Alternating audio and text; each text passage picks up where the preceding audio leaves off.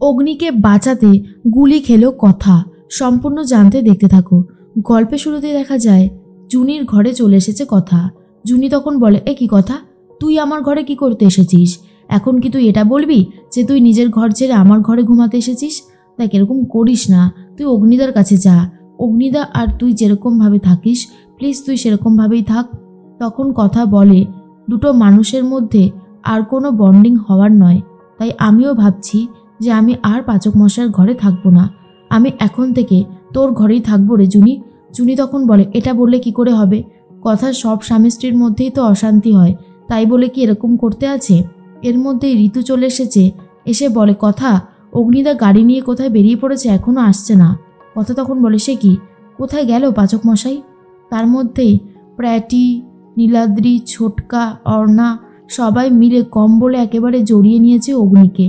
কর্তা দাদু বলে, এই তোমরা আমার বাড়ি থেকে কি পাচার করছো আমি জানতে চাই। প্রত্যয়, কি পাচার করছো তুমি? তুমি তো পুলিশ। এরপরেই প্রত্যয় বলে, আসলে দাদান, মানে এমনি বলছিলাম আর কি। তখনই দাদান বলে, শোনো, আমি তোমার দাদান হিসেবে নয়, একজন নাগরিক হিসেবে জিজ্ঞেস করছি, উত্তরটা দাও, এর মধ্যে কি রয়েছে? প্রত্যয় তখন বলে, কিছুই নেই, এই তোষক, জাজিম, লেপ, কম্বল এসবই রয়েছে আর কি। এরপর তো সবাই রীতিমতো ভয়ে কাঁপছে, কারণ এখানে রয়েছে অগ্নি। অগ্নিকে এরকমভাবে পেঁচিয়ে রেখে দিয়েছে, আর এটা তো দাদান জানেও না পর্যন্ত। সবাই মিলে দাদানের সাথে কথা বলে তারপর অগ্নিকে নিয়ে গাড়িতে তুলে দেয়। তার মধ্যে কথা বলে, কোথায় গেল পাচক মশাই? এর মধ্যেই চিত্রা চারি সাইডে খুঁজতে শুরু করে আর বলে, বুঝতে পেরে গেছি আসল রহস্যটা ঠিক কি। চিত্রা ফোন করেছে প্রান্তিককে আর বলে, শোনো প্রান্তিক, ওই অগ্নিরা সবাই মিলে লোহাগঞ্জের একটা রিসর্টে গেছে, আমি তোমাকে রিসর্টের নাম বলে দিচ্ছি, আর শোনো এবারে যেন কাক পক্ষীতেও টের না পায়। প্রান্তিক তখন বলে, বা হাতের কাজ ডানাত জানবে না, আর ডানাতের কাজ বাহাত জানবে না, এমনভাবেই কাজটা করব, চিন্তা করবেন না, আমি সব কিছু ঠিক করে দেব। এর মধ্যেই অগ্নি তো গাড়িতে ছিল আর কথাকেও গাড়িতে তুলে দিয়েছে ঋতুরা। তখনই অগ্নি বলে, এই গোবর দেবী, তুই আমাকে এইভাবে বন্দি করে নিয়ে এসেছিস? তখনই কথা বলেন, না পাচক মশাই, আমি আপনাকে কেন এইভাবে বন্দি করে রাখবো? আপনার কোথাও একটা ভুল হচ্ছে। অগ্নি বলে, কোথায় ভুল হচ্ছে আমার? এই তো, আমি তো তোকে চোখের সামনেই দেখতে পাচ্ছি। কি ভেবেছিসটা কি? হ্যাঁ, আমি কিন্তু এইভাবে এখানে থাকবো না। আর অন্যদিকে সবাই মিলে সেই রিসর্টে পৌঁছে গেছে। সবাই তো অনেক মজা করতে থাকে আর বলে, জায়গাটা সত্যি খুবই সুন্দর। তখন চলে এসেছে অগ্নি আর বলে, ছোটকা, এই সব কিছু তোর প্ল্যান তাই তো? কি ভেবেছিস তুই আমাকে এখানে নিয়ে এসেছিস আমি এখানে থাকবো? আমি এখান থেকে এক্ষুনি বাড়ি ফিরে যাব। এরপর সবাই তো অনেক হইহুল্লোড় মজা করছে আর এরপর অগ্নিকে মানানোর চেষ্টা করে, কিন্তু কিছুতেই কেউ পারছে না। তারপর অর্ণা, প্রিয়া, বাকি ভাই বোনেরা নাচ গান হইহুল্লোড় করছে, ক্ষমা চাইছে অগ্নির কাছে আর বারবার করে বলছে এই রিসর্টে অন্তত একটা দিন কাটানোর জন্য। তখনই অগ্নি বলে, ঠিক আছে ঠিক আছে, আমার ভাই বোনেরা যখন আমার কাছে এত করে রিকোয়েস্ট করেছে তখন তো আমি সেই রিকোয়েস্ট ফেলতে পারবো না, তাই আমি রাজি। এরপরই ছোটকা তখন বলে, জানতাম তো তুই রাজি না হয়ে থাকতেই পারবি না, জানিস তো তোর মুখে হাসি ফোটানোর জন্য আমি সব কিছু করতে পারি। আমার তো খুবই ভালো লাগছে। তোর কেমন লাগছে রিসর্টটা? অগ্নি তখন বলে, না রিসর্টটা সত্যি সুন্দর, এখানে আমার ভালোই লাগছে।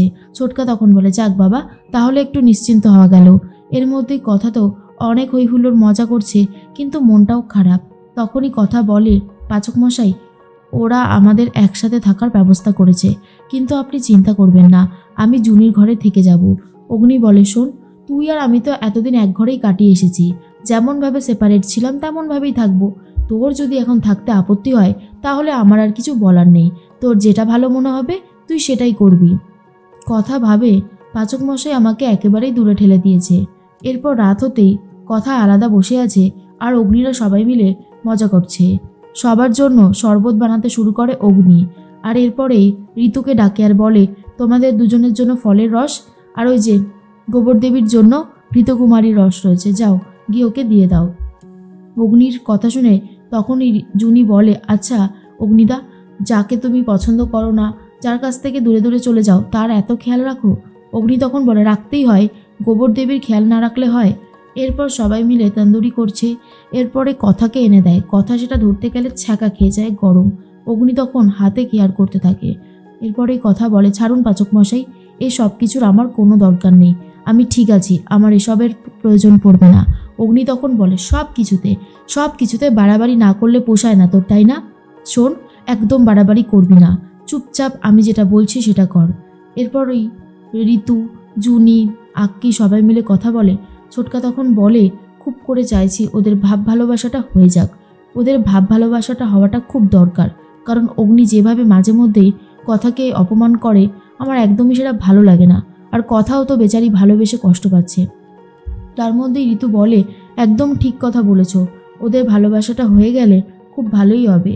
এরপর নীলাদ্রি বলে, আচ্ছা পাচক মশাই, মানে পাচক ঠাকুর, আপনি এই শরবতে কি কি মিশিয়েছেন আমাকে একটু বলুন তো। তখন ছোটকা বলে, কেন নীলাদ্রি, তুমি কি অন্য কাউকে বানিয়ে খাওয়াতে চাও এই শরবতটা? নীলাদ্রি তখন বলে, হ্যাঁ, কেউ যদি খেতে চায় কেন করব না, তার জন্যই তো আমি জানতে চাইছি যে এই শরবতের মধ্যে ঠিক কি কি মেশানো আছে। ছোটকা তখন বলে, পাহাড়েও বটে তুমি। যাই হোক অগ্নি, বলছিলাম যে চল আমরা আস্তে আস্তে ঘরের দিকে যাই। এর মধ্যেই হঠাৎ করে বৃষ্টি পড়তে শুরু হয়ে গেছে। কথা ভাবে, এই বৃষ্টিটা হঠাৎ করে কেন এলো? পাচক মশাই আর আমার জীবনে যেভাবে ঝড় চলে আসে হুটপাট করে, বৃষ্টিটাও যেন ঠিক সেভাবেই এলো। এর মধ্যে সেই রিসর্টেই চলে এসেছে প্রান্তিক, কিন্তু প্রান্তিককে কেউ দেখেনি পর্যন্ত। তার মধ্যে নীলাদ্রি বলে, এ কি কথা, আর পাচক ঠাকুর তো ওখানেই রয়ে গেল, বৃষ্টিতে তো ভিজে যাচ্ছে। চিত্রা মনে মনে ভাবে, আজকে কথা জব্দ হবেই, ও আমার প্ল্যানে বারবার করে জল ঢেলে দিয়েছে, ওকে আমি কোনোভাবেই ছাড়ব না। যতক্ষণ না খবরটা আসছে ততক্ষণ যেন ভালোই লাগছে না, জানতে হবে শেষ পর্যন্ত কথার সাথে কি হয়েছে, আর অগ্নি বা কী করেছে। এর মধ্যেই প্রান্তিক একটু একটু করে এগিয়ে আসে, আর কথা হঠাৎ করে লক্ষ্য করে যে কেউ একজন বন্দুক নিয়ে দাঁড়িয়ে রয়েছে, কিন্তু যেহেতু এতটাই জোরে বৃষ্টি পড়ছিল তাই মুখটা সেভাবে খেয়াল করতে পারছে না কথা, আর বুঝতে পারে পাচক মশাইয়ের গায়ে কেউ একজন গুলি করতে চলেছে। আর এগিয়ে আসে কথা, আর গুলিটা খেয়ে যায় কথাই। আর তারপরে অগ্নি বলে, কথা, এটা তুই কি করলি?